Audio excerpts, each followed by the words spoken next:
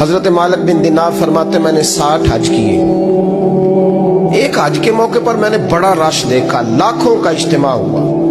میری باتوں کی سمجھ تو آ رہی ہے نا آپ دوستوں؟ جو نہیں بول رہے انہیں بھی آ رہی ہے نا؟ اللہ جزا دے.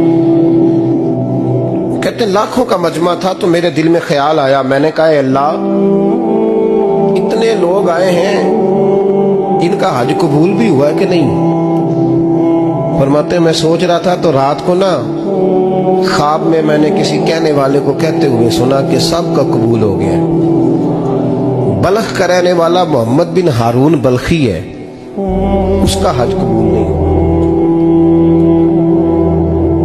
فرماتے ہیں شہروں کے علیحدہ علیحدہ خیمے لگتے تھے. اب بھی آپ حج کرنے جائیں تو پاکستانیوں کی رہائشیں علیحدہ ہوتی ہیں, انڈین کی علیحدہ, بنگلہ دیش کی علیحدہ, مصری, یمنی, سب لوگ علیحدہ علیحدہ رہائشیں ہوتی ہیں, جھنڈے لگے ہوتے ہیں ملکوں کے.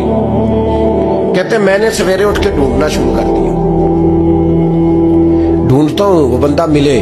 کہتے ہیں جہاں بلخ شہر کے لوگ رہتے تھے وہاں چلا گیا تو میں نے لوگوں سے پوچھا تم میں محمد بن ہارون بلخی کون ہے؟ لوگ کہنے لگے وہ تو بڑا نیک آدمی ہے, پرہیزگار ہے, بڑے بولے بالے, بڑے اللہ والے, ریاض آپ کو بس ہم ہی جانتے, وہ تو بڑا نیک ہے, پرہیزگار آدمی. میں نے کہا اچھا کہاں ہے؟ انہوں نے کہا پہاڑ کے پیچھے اس نے خیمہ لگایا ہوا ہے, ساری رات عبادت کرتا ہے, سارا دن روزہ رکھتا ہے, قائم اللیل ہے, صائم الدہر ہے. کیا بات؟ فرماتے ہیں میں ان لوگوں کی بات سن کے حیران ہو گیا کہ مجھے کیا بتایا گیا, یہ کیا کہہ رہے ہیں. فرماتے ہیں میں پہاڑ کے پیچھے گیا. حضرت مالک بن دینار علیہ رحمہ فرماتے ہیں جب میں وہاں پہنچا تو میں نے اس شخص کو مصلی پہ بیٹھے دیکھا. کثرت عبادت کے آثار اس کے وجود پر نظر آ رہے, سیدھا بازو اس کا کٹا ہوا تھا.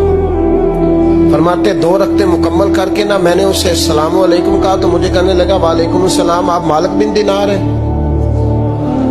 میں نے کہا بڑی اس کی فراست ہے. فرماتے پھر اس نے ٹھنڈی سانس لی, کہنے لگا آپ کو خواب آئی ہوگی کہ میرا حج قبول نہیں ہوا. فرماتے مجھ پر اور بجلی گری کہ کیا کہہ رہا.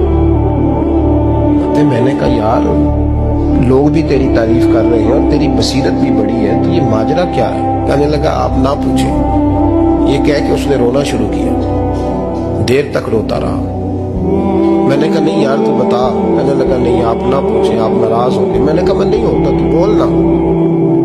کہنے لگا حضور 24 سال ہو گئے مجھے حج کرتے ہوئے, 24 سال, 24واں حج ہے میرا, اور ہر سال کوئی اللہ کا ولی آ کے بتاتا ہے کہ جا چلا جا تیرا کوئی نہیں قبول ہوا.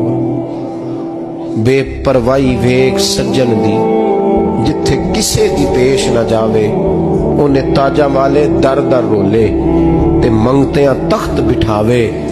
آزم کسے نو کارا ملدا ہی کوئی کعبے و خالی آوے. کہتے ہیں اس نے مجھے کہا حضور 24واں حج ہے, ہر سال کوئی بتاتا ہے.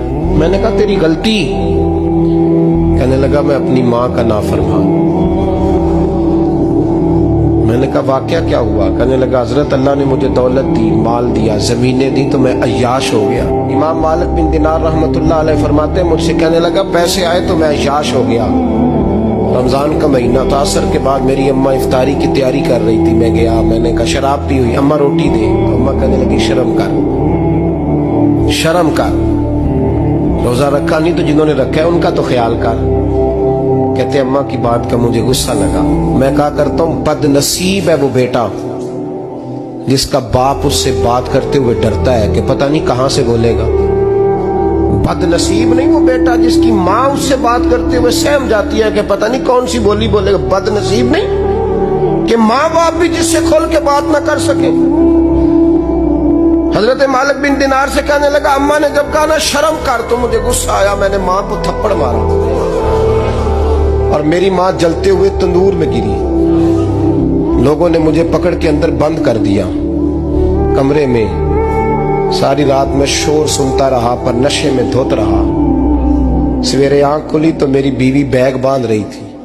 میں نے کہا کہاں جا رہی ہو؟ کہنے لگی جو ماں کا نہیں بنا میرا کیسے بنے گا.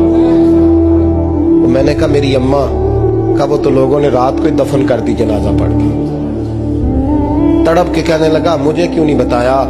تو کہتے ہیں لوگ کہنے لگے تیری مرتی ہوئی ماں کہہ گئی تھی اسے میرا منہ نہ دیکھنے دینا.